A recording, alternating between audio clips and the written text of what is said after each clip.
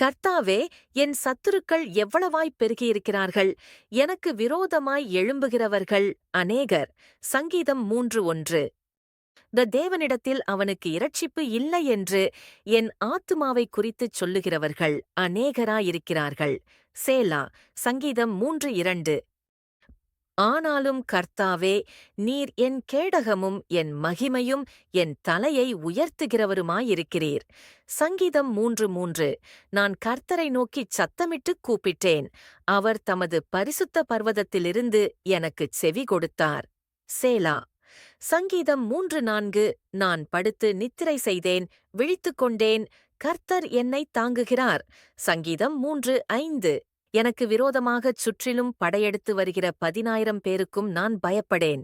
சங்கீதம் 3:6. கர்த்தாவே, எழுந்தருளும், என் தேவனே, என்னை இரட்சியும். நீர் என் பகைஞர் எல்லாரையும் தாடையிலே அடித்து துன்மார்க்கருடைய பற்களைத் தகர்த்துப் பேயாட்டீர். சங்கீதம் 3:7. இரட்சிப்பு கர்த்தருடையது, தேவரீருடைய ஆசீர்வாதம் உம்முடைய ஜனத்தின்மேல் இருப்பதாக. சேலா. சங்கீதம் 3:8.